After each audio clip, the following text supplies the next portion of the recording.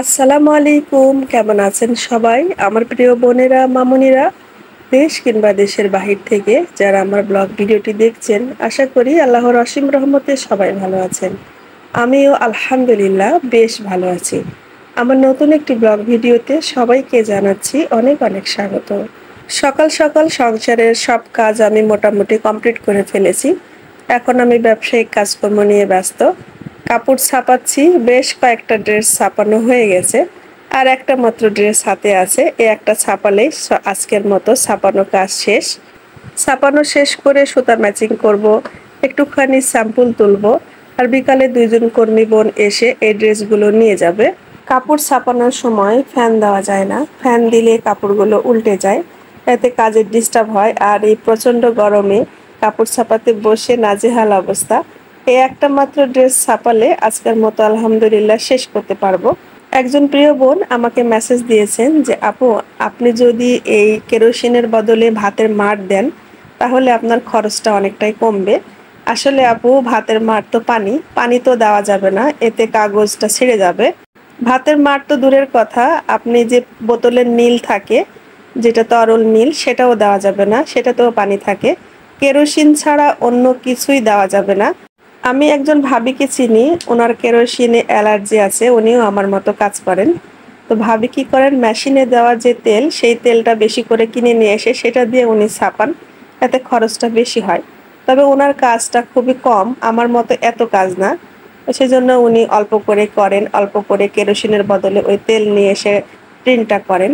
আর আমার তো আপু প্রত্যেক দিন 10টা 15টা করে ছাপাতে হয়।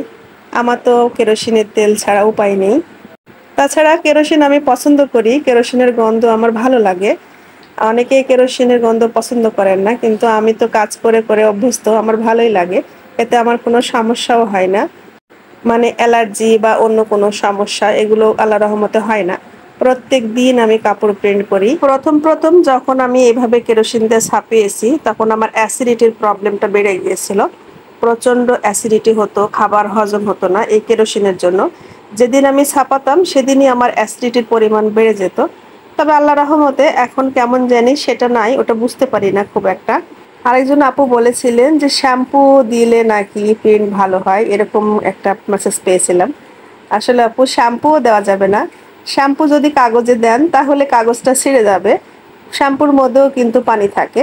আমি বলবো আপু, কেরোসিন এবং নীল দিয়ে আপনারা ছাপাবেন, নীলের জায়গাতে চক পাউডার দিবেন। কেরোসিন কিন্তু কাপড়ের কোনো ক্ষতি করে না, আর ধুলেই কিন্তু এর গন্ধটা চলে যায়, একদমই গন্ধটা থাকে না।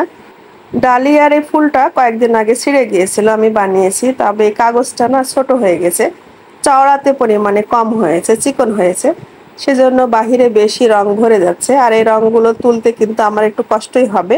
পাউডার পানিতে চুবানোর পরে আবার এখানে সাবান ঘষতে হয়, উঠে যায় কিন্তু একটু পরিশ্রমও হয়।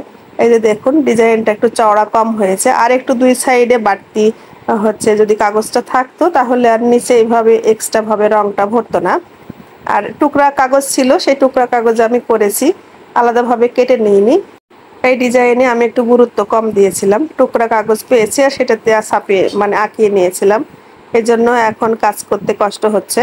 ওড়না ছাপানো আমার শেষ, এখন জামাটা ছাপাবো। জামার হাতাটা আগে নিয়েছি, জামার হাতাই তো নিচের মতো ভারী কাজ হয়। ছোট ছোট কাগজগুলো একা একা প্রিন্ট করা যায়, কিন্তু বড় কাগজের সময় একটু জোরে ধরলে সেই ফিনিশিংটা ভালো হয়। এজন্য আমি আর আমার সাহেব বেশি প্রিন্ট করে থাকি। তো মিনহাজুল এখন বাসায় ছিল, ওকে বললাম বাবা একটু হেল্প করে দাও, এটা হাতার ডিজাইন, হাতাটা পুরোটাই একসাথে ড্রয়িংটা হবে। সেজন্য মিনহাজুল বাবা এখানে আমাকে একটু হেল্প করে দিচ্ছে। আমার এই ডালিয়া ড্রেসের সেলাই অনেক বোনেরা দেখতে চান, আপু প্লিজ ডালিয়া ড্রেসের সেলাইটা দেখান, ডালিয়া ড্রেসের সেলাই দেখান। সত্যি কথা বলতে ডালিয়ার ফিনিশিংটা আমি এত সুন্দরভাবে করতে পারি না, সেজন্য আপনাদের সাথে সেটা শেয়ার করা হয় না। এর আগে আমি একটুখানি মোচড় গোলাপ দেখিয়েছিলাম, ওইভাবেই কিন্তু ডালিয়া ফোরটা করা হয়। আর সেলাইয়ের প্র্যাকটিসটা আমার খুবই কম হয়, আমি সবসময় ড্রেস রেডি করা নিয়ে ব্যস্ত থাকি। এই যে সুতা ম্যাচিং করা, প্রিন্ট করা, কাপড় কেনা, ড্রেসটা সেল করা, এগুলো নিয়ে ব্যস্ত থাকি। কর্মী বোনেরা আমার সেলাইটা খুবই ভালো পারে, সেজন্য সেলাইয়ের দিকে অতটা দেখতে হয় না।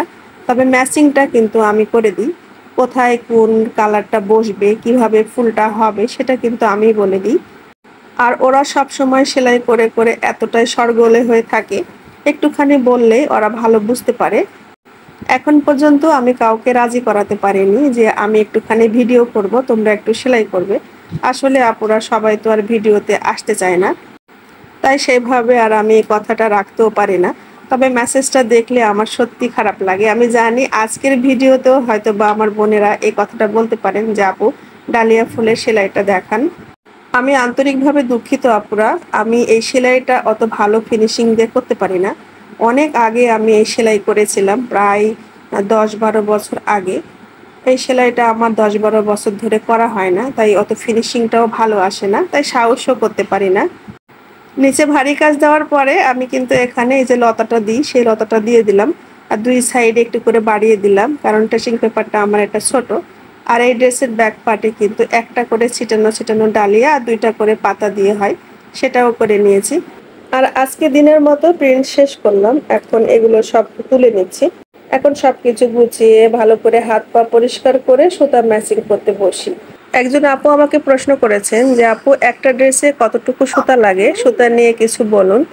আসলে আপু আমার যে গর্জিয়াস, সবচাইতে গর্জিয়াস যে ড্রেসটা লখনৌ ড্রেস, এই ড্রেসে সুতার পরিমাণ সবচাইতে বেশি লাগে। লখনৌ ড্রেসে আমার 300 গ্রাম সুতা লাগে। আর এখন যে ডালিয়া ড্রেসটা আমি করতে দিব, সেই ড্রেসে শুধুমাত্র পাতাটা আমি সুতি সুতা দিয়ে করি, আর এই সুতি সুতা লাগে প্রায় 125 গ্রামের মতো।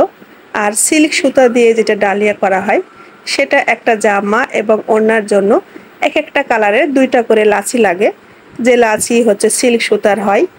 এখানে আমি 3 কালার দিয়ে ডালিয়াটা করি, সেজন্য 6টা লাচি লাগে। আর 125 গ্রামের মতো এই সুন্দরী সুতা পাতা করার জন্য লাগে। সুন্দরী সুতাগুলো কাটা ভাগ করা খুবই কষ্ট, এগুলো অনেক পেঁচানো থাকে। এগুলো কিন্তু অনেকে সুতি সুতা বা সুতি লাচ্ছি সুতাও বলে থাকেন।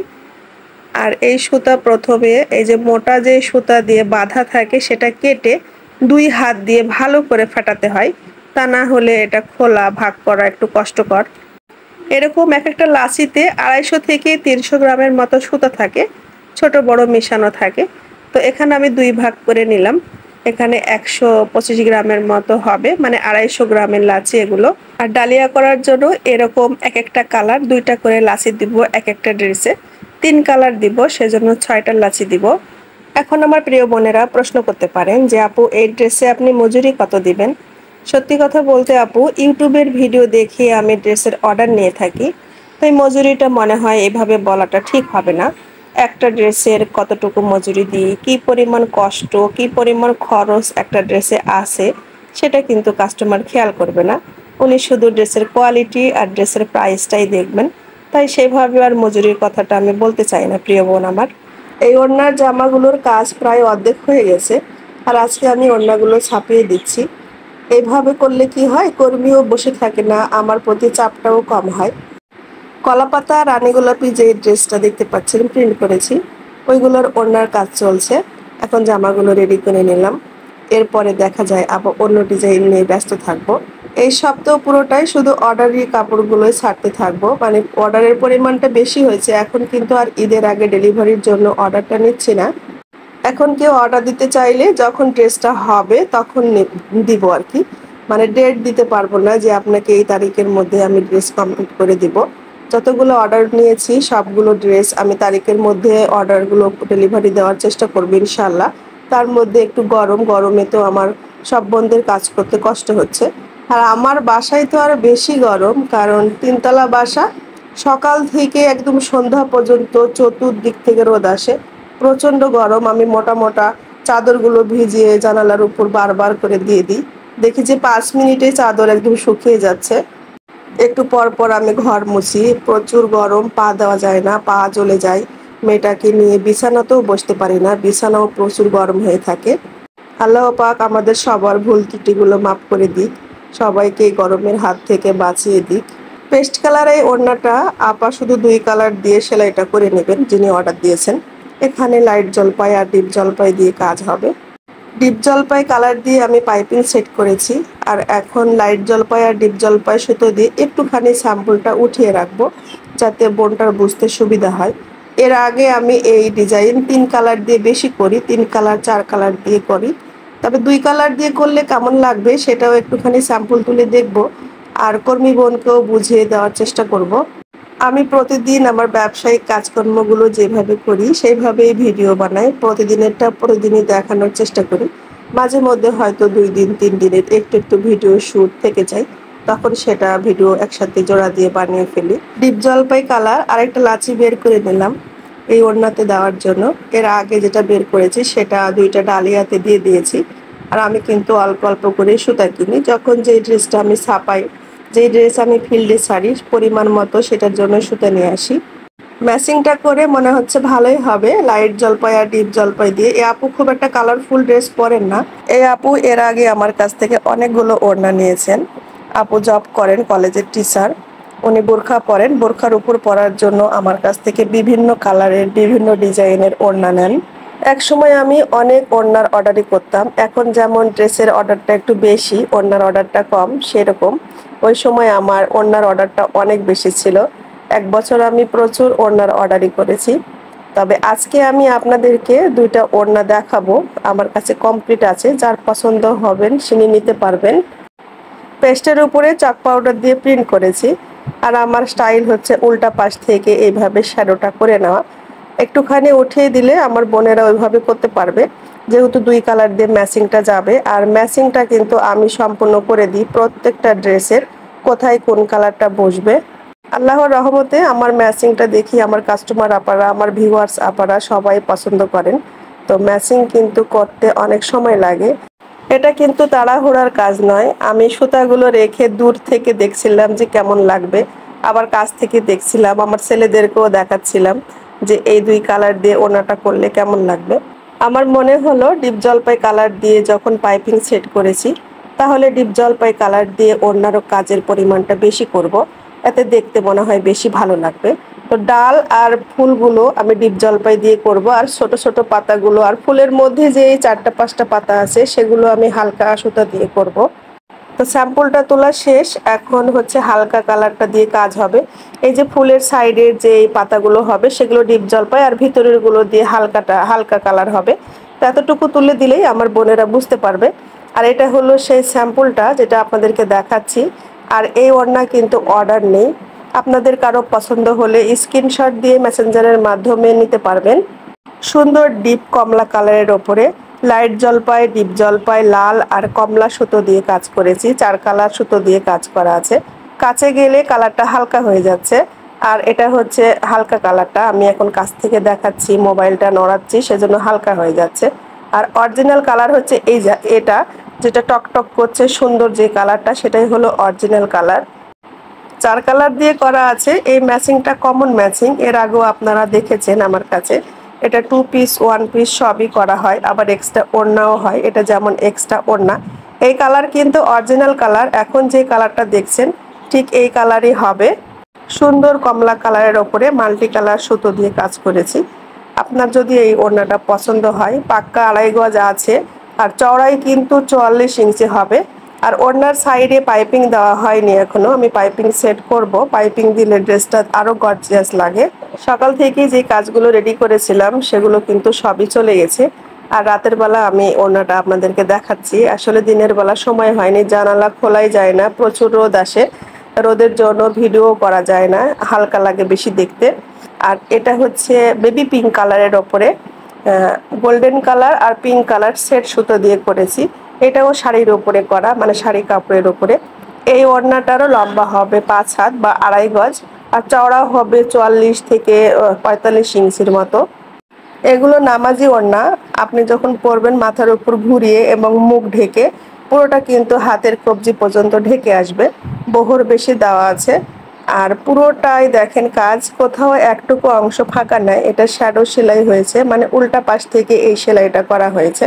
আর শেড সুতা আর শাইনি সুতার জন্য দূর থেকে দেখতে এই ওড়নাটা খুবই শাইনি ভাব। আমি একটা হলুদের উপরে হলুদ সুতা ম্যাচিং দিয়ে এই ওড়নাটা পরি, হয়তো বা অনেকবার দেখেছেন আপনারা।